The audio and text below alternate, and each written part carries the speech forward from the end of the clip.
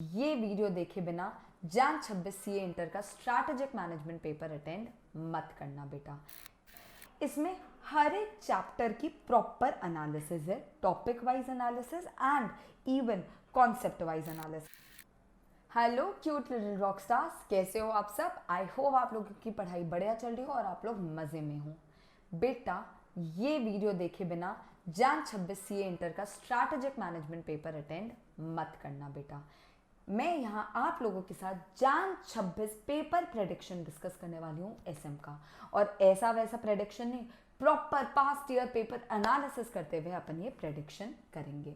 Okay, ये आप लोगों को छोटा सा एक वर्ड दिखा रही हूँ जो मैंने प्रिपेयर किया है।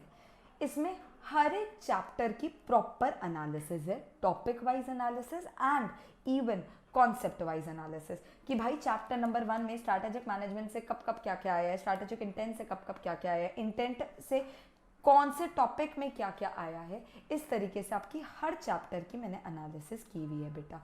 ये लिंक आप लोगों को अभी डिस्क्रिप्शन में मिल जाएगा, ज़रूर ज़रूर ज़रूर चेक करिएगा। एक जो मैं आप लोगों के साथ अभी डिस्कस करूंगी बेटा, वो है सारे चैप्टर्स का डिस्कशन, और इसी के बेसिस पे सारे चैप्टर्स का डिस्कशन बच्चा, और इसी के बेसिस में जैन 26, इसी के बेसिस पे जैन 26 का पेपर प्रेडिक्शन बच्चे। आ जाओ, कुछ खास बातें इस चार्ट के बारे में। पहला, आप लोगों को पता होना चाहिए मई 24 से सितंबर 25 आपका न्यू सिलेबस है बच्चे। इससे पहले आपका ओल्ड सिलेबस था, ठीक है। तो दिसंबर से नवंबर 23 मैंने वही टॉपिक कंसिडर किए हैं बच्चा जो आपके नए सिलेबस में भी हैं, वही टॉपिक के क्वेश्चंस कंसिडर किए हैं मेरे एनालिसिस में जो आपके नए सिलेबस में भी हैं, पहली चीज।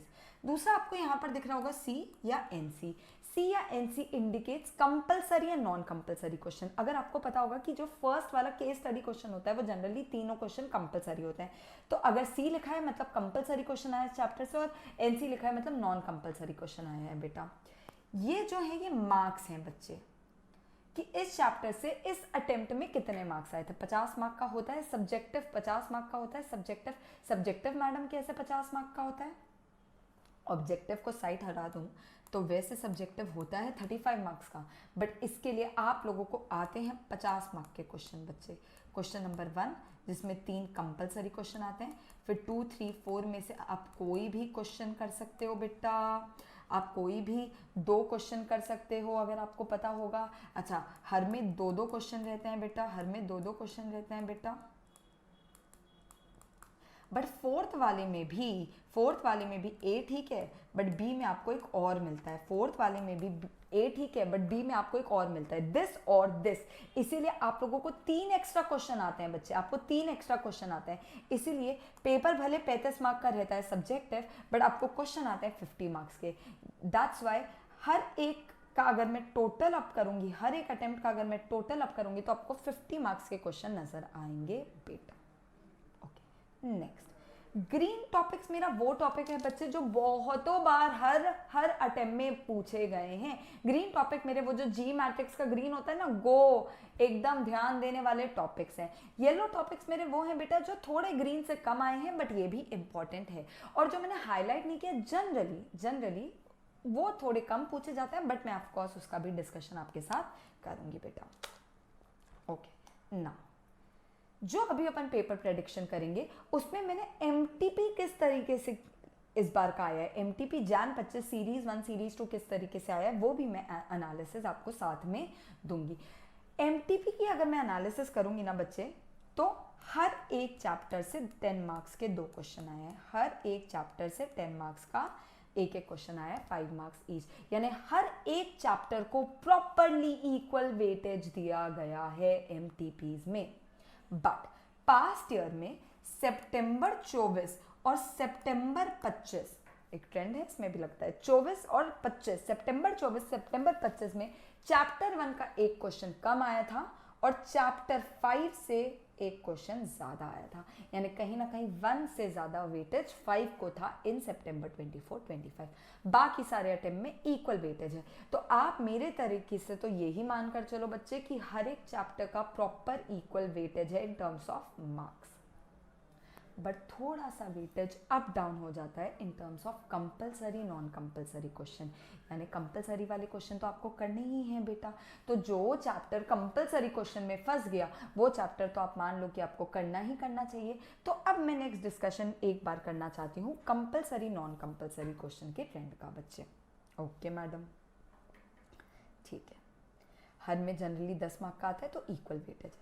अब chapter 5 is most important in terms of compulsory question, क्योंकि चैप्टर 5 से एक कंपलसरी क्वेश्चन पक्का है। देख लो, compulsory compulsory compulsory compulsory compulsory, बेटा हर अटेम्प्ट में एक एक कंपलसरी क्वेश्चन आए हैं चैप्टर 5 से।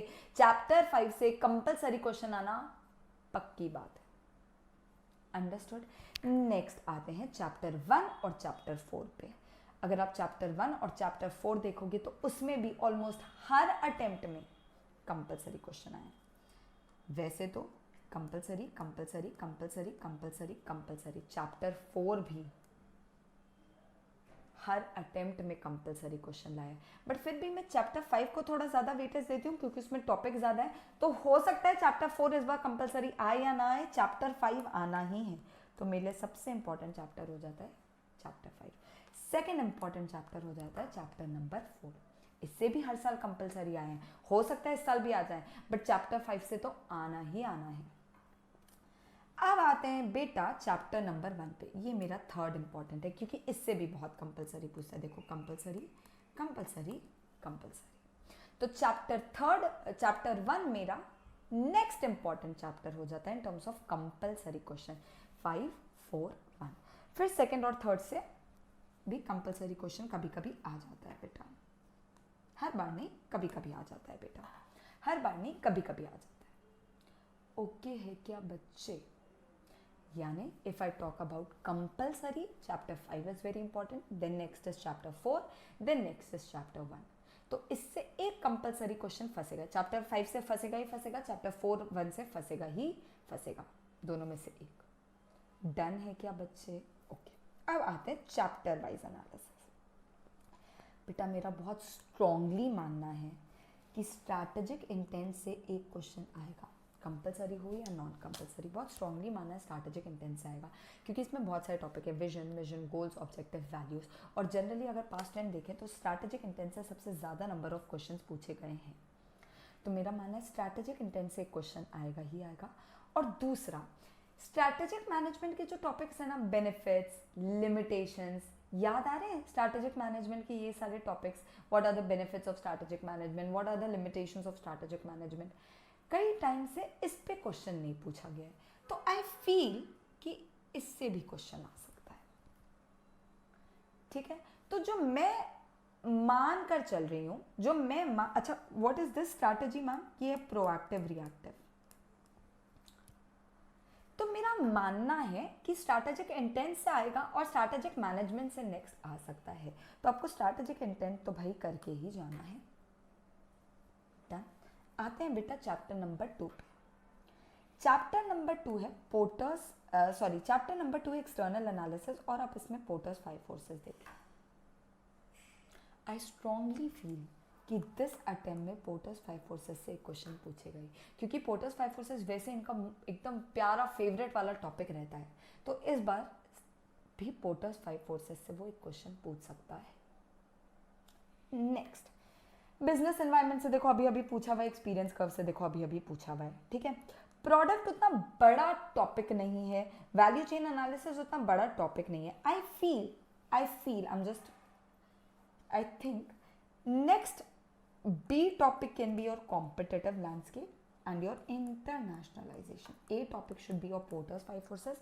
B topic can be your internationalization and competitive landscape. इससे क्वेश्चन फंसने की चांसेस हो सकते हैं, इससे फंसने के चांसेस हो सकते हैं बेटा। ठीक है, तो चैप्टर नंबर इसमें A टॉपिक मेरा स्ट्रैटेजिक इंटेंट है, B टॉपिक मेरा मैनेजमेंट और मैनेजमेंट है। लेवल से भी बहुत बार क्वेश्चन पूछता है, एमटीपीज में भी क्वेश्चन पूछा, इसलिए मैंने लेवल को भी हाईलाइट किया हुआ है क्योंकि लेवल से एमटीपीज वगैरह में भी क्वेश्चन पूछता रहता है। डन। फिर आते हैं बेटा internal analysis. Again do you see this? I बहुत स्ट्रांगली फील कि जेनरिक स्ट्रैटेजी से भी एक क्वेश्चन फंस सकता है, जेनरिक स्ट्रैटेजी से भी एक क्वेश्चन फंस सकता है। तो ये भी मेरा ए है बेटा कहीं ना कहीं, ये भी मेरा ए है बेटा कहीं ना कहीं। ठीक है बेटा, बहुत strongly I feel strategic drivers, यहाँ मैंने इसको हाईलाइट नहीं किया, कर देती हूँ। बहुत strongly I feel strategic drivers should be your also to be checked वाला पॉइंट। स्ट्रैटेजिक ड्राइवर्स में आपके चैनल्स, इंडस्ट्री, कस्टमर वगैरह आते हैं। अच्छा, इन जनरल कई बार पूछ लेता है स्ट्रैटेजिक ड्राइवर्स क्या है, ये ना एमटीपीज आरटीपीज में बहुत कवर किया है, बट देखो ना पास्ट ईयर्स में क्वेश्चन नहीं पूछा है। तो I feel this is also your A topic. कौन सा बेटा? Strategic drivers. तो जेनरिक स्ट्रैटेजीज और स्ट्रैटेजिक ड्राइवर्स मेरे हिसाब से आपके ए टॉपिक है of chapter number 3। Done done. देख रहे हो, स्ट्रैटेजिक इंटेंट मुझे लग रहा है फंस जाएगा, पोर्टर्स 5 फोर्सेस लग रहा है, जेनरिक स्ट्रैटेजी, स्ट्रैटेजिक ड्राइवर्स फंस जाएगा। इसके अलावा limitation benefits of strategic management इस बार पूछ सकता है, ऐसा फीलिंग आ रहा है। कॉम्पिटिटिव लैंडस्केप इस बार पूछ सकता है, फीलिंग आ रहा है। Okay, chapter 4 retrenchment strategy is the most important, most A category of chapter number 4 and I strongly feel इस बार आपका स्ट्रैटेजिक ऑप्शन से भी क्वेश्चन आ सकता है, क्योंकि एमटीपी आरटीपी में अगेन स्ट्रैटेजिक ऑप्शंस बार बार कवर करता है, उसके डायरेक्ट क्वेश्चन बार बार कवर करता है, बट यहाँ नहीं पूछता। तो इसलिए मेरा मानना है कि स्ट्रैटेजिक ऑप्शन से भी इस बार क्वेश्चन पूछ सकता है। तो रिट्रेंचमेंट स्ट्रैटेजी से तो ये पूछ ही देता है कभी ना कभी, और दूसरा स्ट्रैटेजिक ऑप्शन से भी इस बार आ सकता है।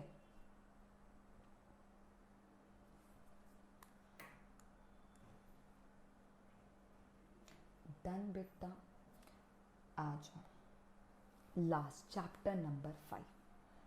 बेटा आप देखो, ऑर्गेनाइजेशन स्ट्रक्चर से कहीं ना कहीं क्वेश्चन पूछते रहता है, तो ऑर्गेनाइजेशन स्ट्रक्चर आपके लिए इंपॉर्टेंट है। उसमें भी बच्चे ऑर्गेनाइजेशन स्ट्रक्चर में एसबीओ स्ट्रक्चर, नेटवर्क,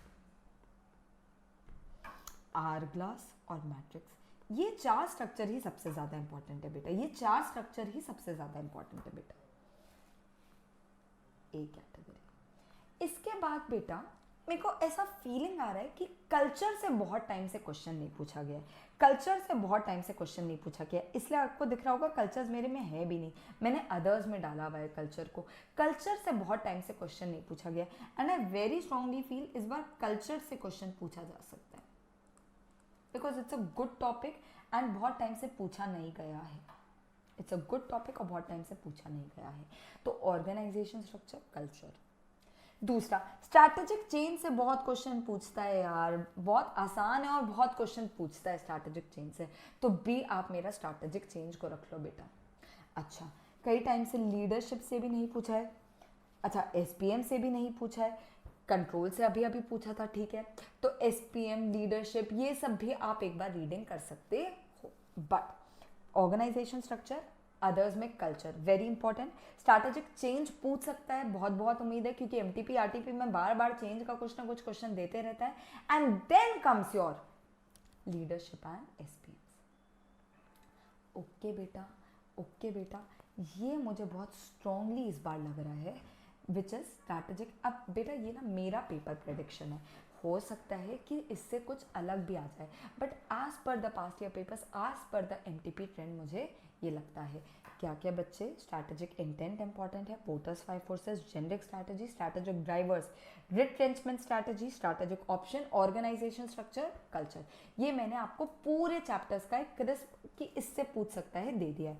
फिर येलो वाले टॉपिक्स भी आपके इंपॉर्टेंट टॉपिक्स हैं बच्चे, वो भी मैंने आपको बता दिया है। इस बार competitive landscape, internationalization, strategic change, ये मुझे थोड़ी उम्मीदें हैं कि बी में ये आ सकते हैं, बट मैंने जैसे बोला कंपलसरी क्वेश्चन चैप्टर 5 से फंस ही रहा है, चैप्टर 4 से फंस ही रहा है, चैप्टर 1 से फंस ही रहा है, ठीक है, ठीक है, तो ये आप लोग को छोड़कर जाना नहीं है, बट इंस्टीट्यूट घुमाना चाहे तो इस बार चैप्टर 2 और 3 से भी दे सकती है, याद रखना इंस्टीट्यूट की मर्जी है, पर चैप्टर 5 से देगी ही देगी। I hope this was helpful बच्चा, all the very best for your paper.